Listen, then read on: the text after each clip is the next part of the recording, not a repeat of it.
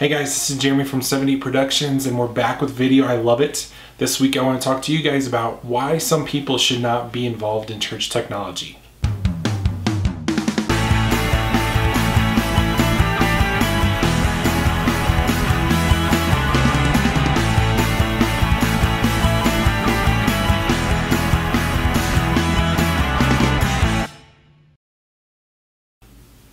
So there's this motto that goes around churches that everybody should be allowed to do every kind of ministry in church. And for some of the part, I agree with that.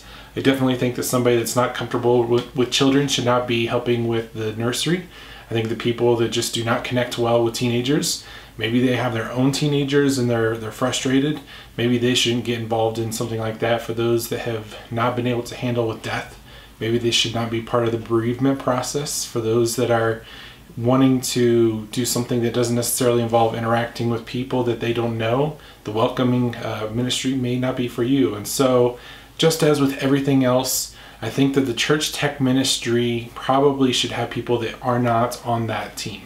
Now, the general understanding of what church technology ministry is that you work with technology to support ministry of other groups, whether it's the youth group, the Sunday sermon, the worship team, whatever that is. Now, I don't think that the qualifiers for being allowed to be on the church tech team means that you need to know technology in and out. I think that I do not know sound equipment like other people on my worship team might. I know how to use it, I know the basics of it, but I really don't have a trained ear to use something like that. But I do know programming really well. So where does that fit for somebody like me? I think that I would be a perfect fit for something for technology, but what if somebody doesn't have those kind of skills? What if they're new to it? They can operate an iPhone really well, they can use their own computer at home, which might be a completely different operating system, but they really want to serve. I think that there's 5 qualifications for people that want to be involved in church tech ministry that they must meet. And so here's my 5 qualifications for someone that should be allowed to be on your church tech team. And if you don't meet all 5 of these, if you really are floundering on one of these or a couple of them, I don't think you should do it. So the first one is that you really want to serve the church. The church tech ministry may be the most humbling of all the different situations of the different ministries. You don't stand up in front of a stage. Whenever something goes wrong is the only time you really get recognized. Unless you're at a church that really does a great job of recognizing people, you sit in the back and you tinker with stuff. We are a huge support for all the different ministries to be able to thrive. And so if you want to serve the church, if that is really what you want to do, church tech ministry might be for you guys. The second option is that you're willing to learn.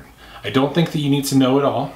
I also don't think that you need to just ignore the fact that you don't know it all. I think that you need to have that productivity to take the courses that you need to go to trainings that your team leader might provide for you, to be able to scour the blogs if that's how you want to go about it, to actually do the work to be able to learn. And so if you have never used Pro Presenter before, that doesn't mean you can't be part of the worship team, but you need to be able to use the program to know the ins and outs of it so that whenever something bad happens, that you're able to do that. The third thing that I think that you really need to know as far as church technology is to be able to use software or hardware to the best capacity. And what I mean by this is that you are putting in the extra time so when something goes wrong that you know how to use it. And so I think that it's great to use the second step and to be able to know how to use something. But whenever you go above and beyond, whenever you take that next step, I think that that's whenever you can do church technology really well. So the sound goes out and you don't know why on a Sunday morning. You can try a couple of things, you could probably test the things out, but if you know your system really well, you can say, I haven't checked the batteries in a couple of weeks, maybe that's it. You can use those powers of deduction that you've been into different situations before, that you've been able to test things out so much that you know them really well, and so you have put the effort into doing something like that. Not to say that other ministries can't have that, but if you're not willing to put the extra effort into being able to do church technology, you're probably going to flounder a little bit in the entire process. Even something which I say is simple as operating a camera. What happens whenever someone accidentally unplugs the camera cord? Do you know how to put something in like that? What happens whenever you're out of focus? Do you know how to put it back into focus correctly? And what happens whenever your red light is not blinking? Do you know how to quickly fix that kind of a situation? I think that that's important as well. The fourth thing, and this is going to be an obvious one, I think a lot of people would say this is a duh situation, is you need to have a relationship with Jesus.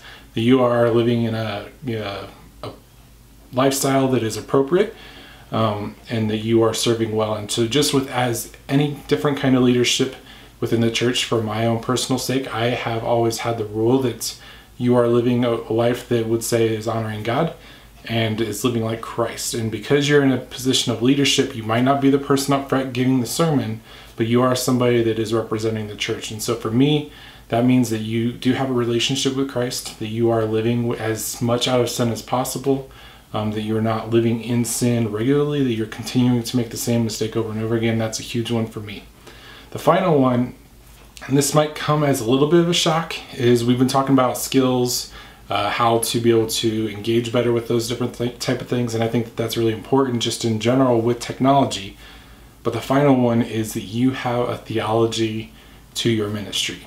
Why do you do what you do? And this is critical in my eyes, because when you're editing your videos and posts, whenever you're trying to figure out how the worship songs are going to go, whenever you're putting stuff up on the slide, all these different things have little intricate theology to them. And so as much as other ministries, their core understanding is about ministry and what God is putting on things, this is a lot more subtle, and yet all the more important. Because if you're going to be posting something on social media or a blog, it needs to be theologically sound. And if you're the last person that is the line of defense, you need to know what it means to have a theological understanding of something. And so if you're editing stuff down, you need to know what to not edit out. If you're posting a video online that for the entire world to see, or for just your congregation on Sunday morning, and you're the one that's supposed to be putting that message together that complements what the pastor is saying, you don't want the pastor to have to be there for everything. You need to own that. And so you need to have the theology there too. So I would actually encourage, if you're on a church tech team, consider having a Bible study together. Consider doing some seminary stuff, or doing some different workshops that go through different gospels or theological education. For me personally, that is one of the biggest components that I think church technology misses, is that they don't have a deep understanding of theology. They got the church technology part of it, they got the gadgets and the software, they understand what it means to do social media, and they're missing that theological component. So I'd love to hear what you guys have to say. Did I miss something that should be on this list in replacement of other things? What is your thought on the idea of the theology part of the discussion? Should that be something that really isn't a big deal? Love to hear what you guys have to say in the comments below. Leave your own posts on videos, push back a little bit, and we'll talk to you guys next week.